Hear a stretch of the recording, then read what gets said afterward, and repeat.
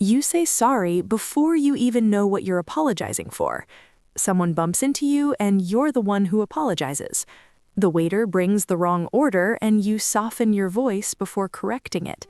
A friend misunderstands you and somehow you're the one saying, "I'm sorry, I didn't mean to," even though you didn't do anything wrong. It looks like politeness. It sounds like maturity. It even feels responsible. But underneath it, something else is happening. Why does your mouth move toward apology before your mind even checks whether you're at fault? If you've ever walked away from a conversation replaying your own sorry over and over, wondering why you took the blame so easily, this might explain more than you expect. First, let's remove something heavy.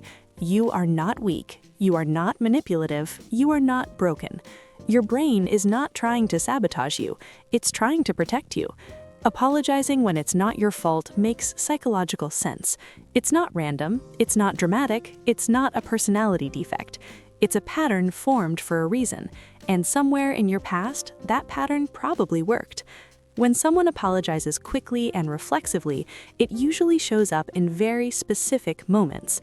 Tension rises, someone's tone shifts, a room goes quiet. There's even a hint of disapproval. Your body feels it before your thoughts do. Your chest tightens, your shoulders pull in slightly, there's a microsecond of panic, and then you say it. Sorry. This is often about attachment, not the buzzword version, the emotional one. When we're young, we learn how connection is maintained. In some environments, connection felt fragile. Maybe love felt conditional. Maybe approval could disappear quickly. Maybe conflict meant distance. So your nervous system learned something simple: restore connection fast.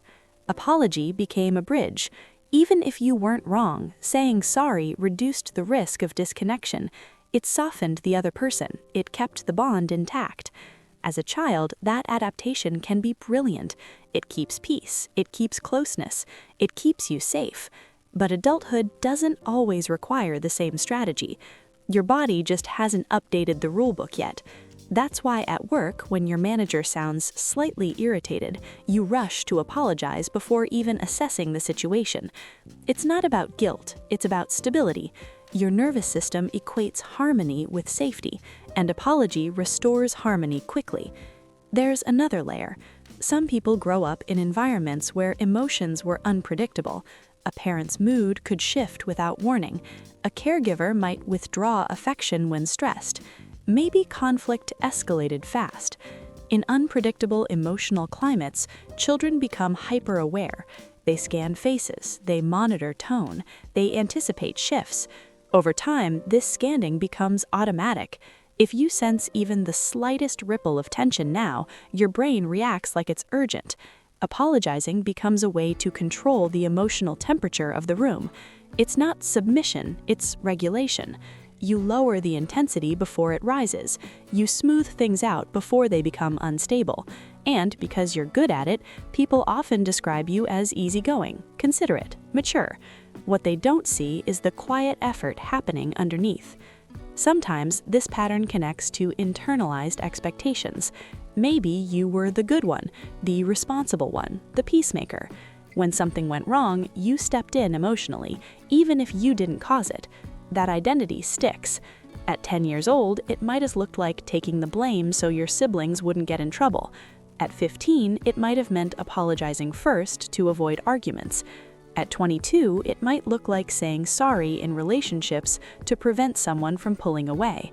Your identity becomes tied to being the stabilizer, and stabilizers apologize, even when they didn't tip the scale.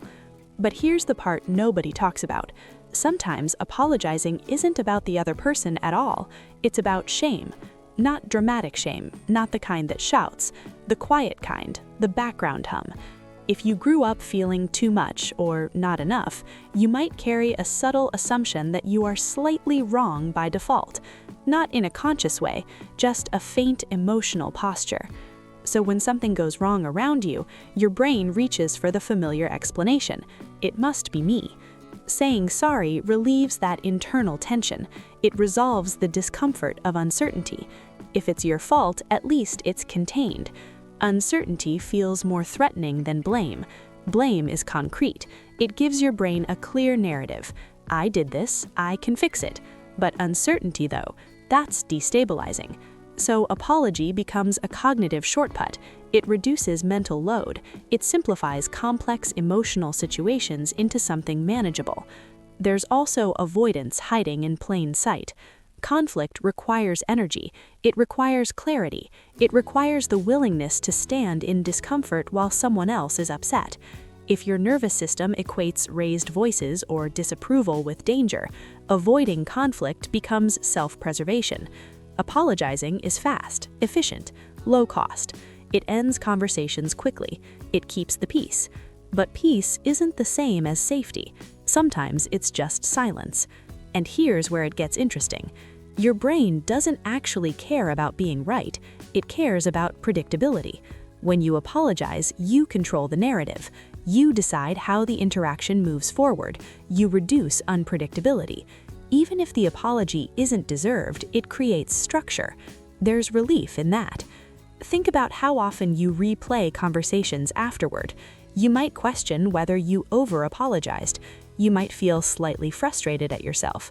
But in the moment, the apology felt stabilizing. That's your nervous system choosing regulation over fairness. Fairness is abstract. Regulation is immediate. As you move through life, this pattern changes shape. At 16, apologizing when it wasn't your fault might have felt like survival. High school social dynamics can be brutal. Belonging is everything. Losing connection feels catastrophic, so you say sorry to stay included. At 25, it feels more complicated. You notice the imbalance. You feel the subtle resentment when you carry emotional responsibility that isn't yours. You begin to see the pattern, but it still slips out of you automatically.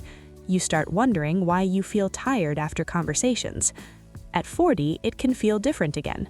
Less reactive, maybe, or sometimes more ingrained. You might recognize that you've built a life around being accommodating. You might see how often you've softened yourself to keep things smooth. The behavior doesn't stay identical, but the root often remains the same, protecting connection. And then there's emotional safety. Apology can function like a blanket, a small, familiar layer you pull over tense situations. It's also an anchor, something predictable you can drop into chaotic moments. For some, it's autopilot. The word leaves your mouth before conscious thought catches up. It can feel like stepping into a familiar room. You know how this part goes.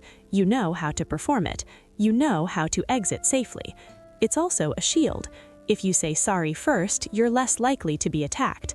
At least that's what your nervous system learned at some point. When you say sorry, you signal non-threat.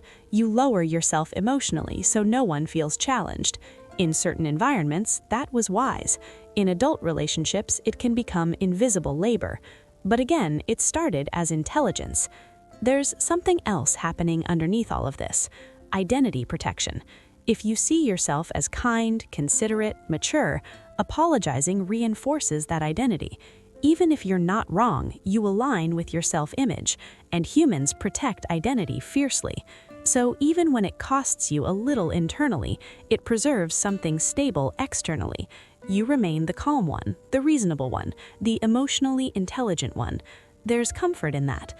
And yet, you might sometimes notice a quiet ache afterward. Not anger exactly, just a sense that you disappeared a little.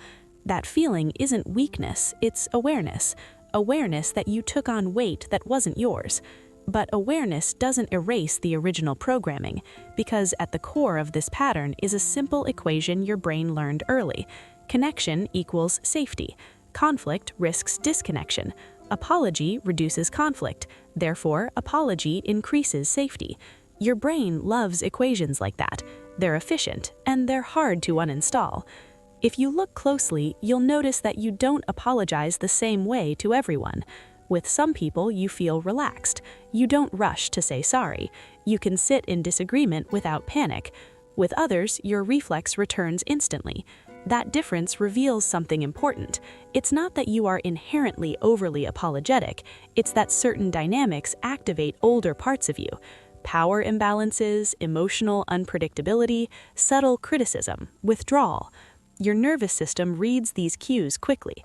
sometimes faster than you can consciously interpret them, and it acts. That's not weakness, that's pattern recognition.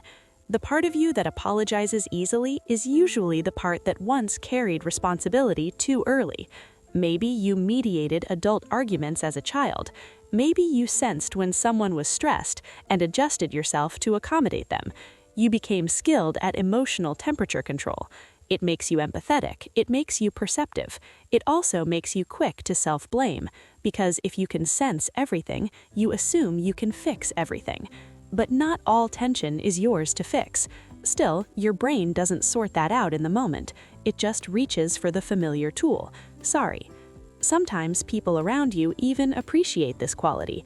You're easy to be around, you don't escalate, you smooth conflicts. That external validation reinforces the behavior. It becomes